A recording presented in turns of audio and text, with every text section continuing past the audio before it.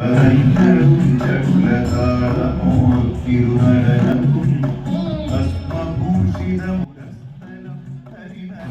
ഇതും കണ്ടിരിക്കാണോ? ഭുവനാട്ടിലെ കാണാൻ പോകണ്ടേ?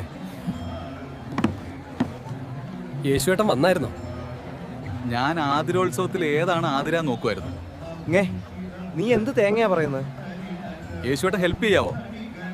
നിനക്ക് ആതിരയെ കണ്ടുപിടിക്കലാണല്ലോ എന്റെ ജോലി. അയ്യേ, അതല്ല, ഇവർക്കെന്തോ ഹെൽപ്പ് വേണമെന്ന്. അത് ചെയ്യാൻ യേശുവേട്ടനെ കൊണ്ട് മാത്രം പറ്റുള്ളൂ.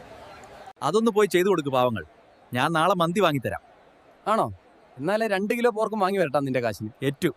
എന്നെ ഈ വേഷത്തിൽ കണ്ടാ മനസ്സിലാവുമോ? ഏയ് ഇല്ല, എന്നെ കണ്ടാലോ? അശേഷം ഇല്ല.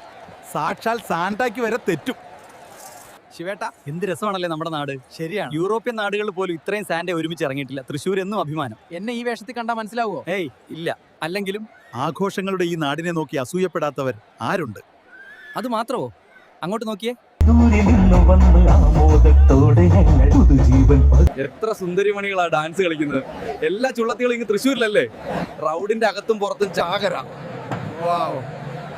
ശാസ്ത്രത്തിന്റെ ഒരു വളർച്ച തന്നെ. ദേ, രൂപം പോലും ഇല്ലാത്ത ഒരു സാന്റ നമ്മളെ നോക്കി ഹായ് കാണിക്കുന്നു. AI ആണെന്ന് തോന്നുന്നു. അത് AI അല്ല, നമ്മുടെ ഇക്കയാണ്. എന്നാ വാ, നമുക്ക് അങ്ങോട്ട് പോവാം. കമന്റ് ബോക്സിൽ വരുന്നവർക്ക് സന്തോഷമാവട്ടെ. ഇക്ക, നിങ്ങൾ ഇത് എവിടെയായിരുന്നു? നിങ്ങളില്ലാതെ ഇവിടെ എന്തൊക്കെയാ നടക്കുന്നത് അറിയോ? നാളെ ഞാനും യേശുവേട്ടനും ബീഫ് വാങ്ങുന്നുണ്ട്. വന്ന് ഒരുമിച്ച് കഴിക്കണം. പാവം ആഡ്മിനെ സുഡാപ്പി വരെ ആക്കി. എന്നിട്ട് യേശുവേട്ടൻ എവിടെ?